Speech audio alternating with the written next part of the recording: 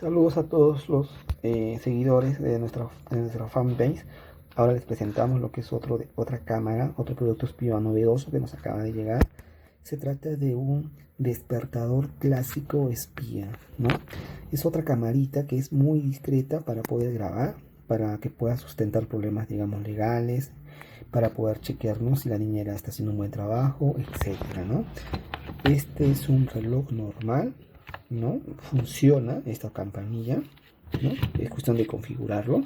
En la parte de atrás, ¿no? Están acá los botones, pero en sí la función principal es una cámara, es una grabadora de video. Es una de las cámaras más discretas que hay actualmente en el mercado.